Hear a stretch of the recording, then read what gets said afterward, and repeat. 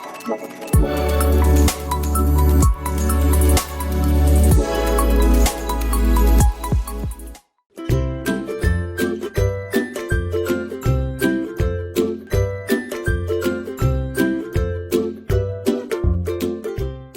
students, good day to you all and welcome to class. In today's lesson, we want to do some comprehension. I'm your teacher, Mrs. Carla Wilson John. Are you ready? Good. So, as I said just now, we're going to be doing some comprehension. This is a word that you should have been hearing from since primary school, all through grade 7, grade 8, and now grade 9. So when we say comprehension, what do we mean? What are we talking about? To comprehend means to understand. I do hope you are understanding what I'm saying right now. Yes, that means you have just comprehended. So in today's lesson, we want to do comprehension through two passages. The two passages that we're going to look at are titled, O Pioneers, and the second, The Telltale Heart. Let's begin. We want to look at O Pioneers first. Before you can even read a passage or read an essay, read a story, I advise you to look at the title. The title for this passage is O Pioneers. Before you examine the passage, you should first ask yourself, what is the title saying? Do I understand all the words in the title? Do you know what the term pioneer means? A pioneer is a person who is among the first to explore or settle in a new country or area. I go that again. A pioneer is a person who is among the first settlers or explorers in a country or area. Let's look at Guyana, for example. Who would you say are the pioneers of Guyana? Who would you say are the first settlers or explorers? Now we know the Amerindians were the first persons to come and settle on our land. And then the Europeans came as explorers. Do you know the pioneers of any other country? Do you know the pioneers of any island, maybe Trinidad and Tobago or Barbados? Who were the pioneers of America? Well, we know for sure they were native Indians as well, living there. And so, we want to look at all pioneers. So before we go into the passage proper, there is one other thing we ought to do. And that is predict. Predicting is another comprehension strategy. It is a stimulus. It opens your mind and it allows you to begin to imagine what could possibly be in this text, what the story is possibly about. Perhaps we're going to meet one explorer or two explorers. Maybe they might be ambushed, or they may face pestilence and horrible weather conditions. Let's predict. What will happen to them? What will they do? What are they going to establish there as they go on this new island or this new country? What will they eat? What do you think we will find as we read this passage? Oh, pioneers, could you predict the name of the characters? All right, so that was prediction. Now let's get into the actual story. All Pioneers was written by Willa Cather in the year 1910. It is a novel, so it is really long. But in this lesson, we're only going to read a short passage from it. So you may not get the full gist of the entire novel. So I want to give you a little background just before we read. In this passage, John Bergson is dying and worries about what will become of his wife and his children. Alexandra is the oldest Bergson child. So let's see what this passage is all about. Remember, we are reading it for comprehension.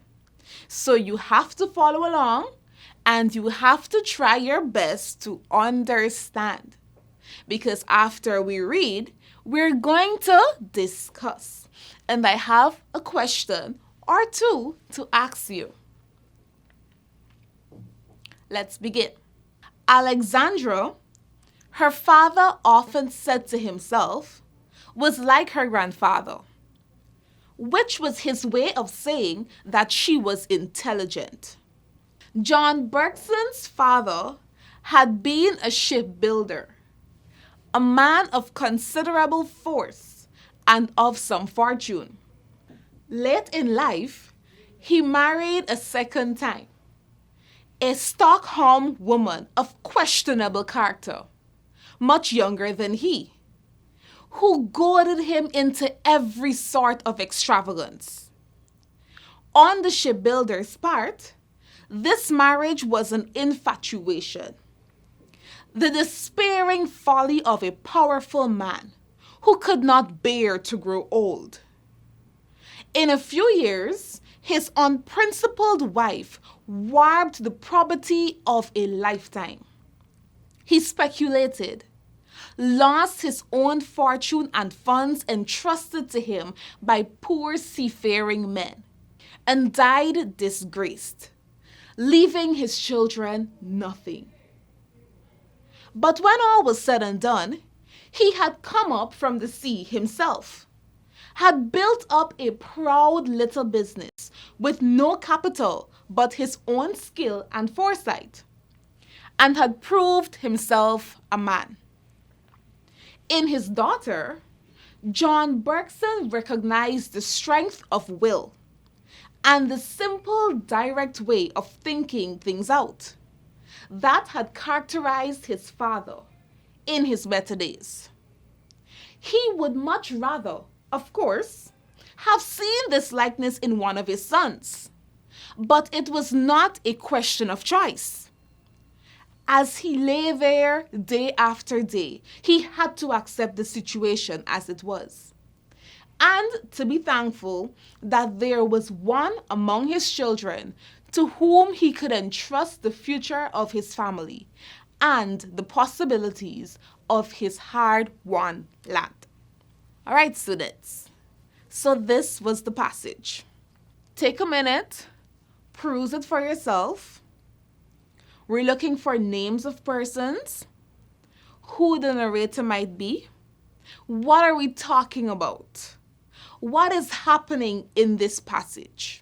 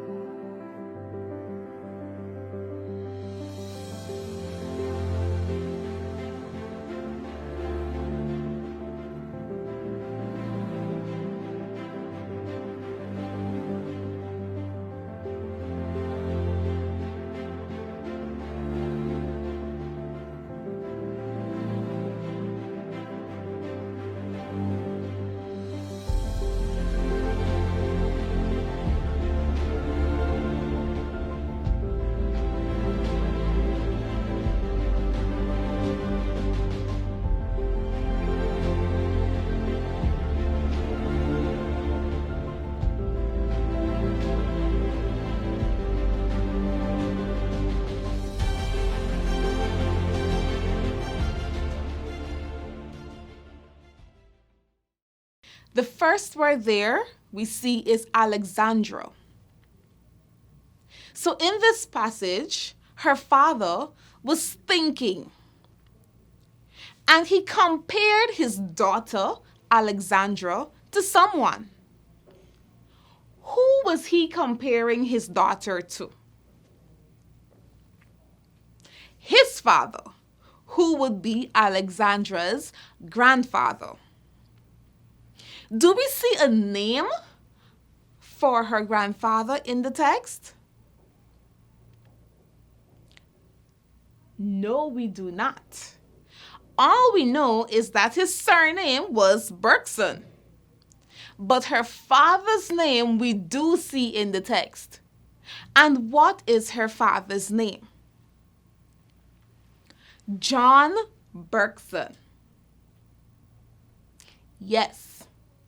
My next question to you will be, what was Alexandra's grandfather's occupation? What did he do for a living? He was a shipbuilder. Good job.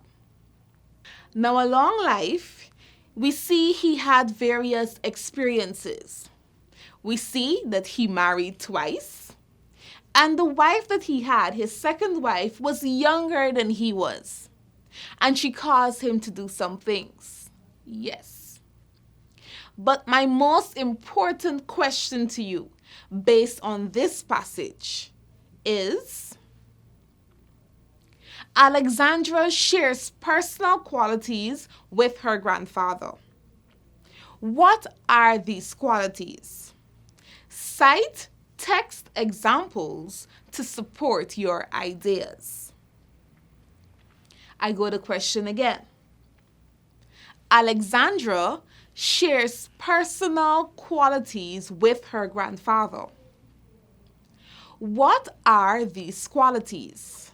Cite text examples to support your ideas. So here, you would have to refer to the text. Always refer to the text if you are not sure. Always refer to the text if you cannot remember the answer.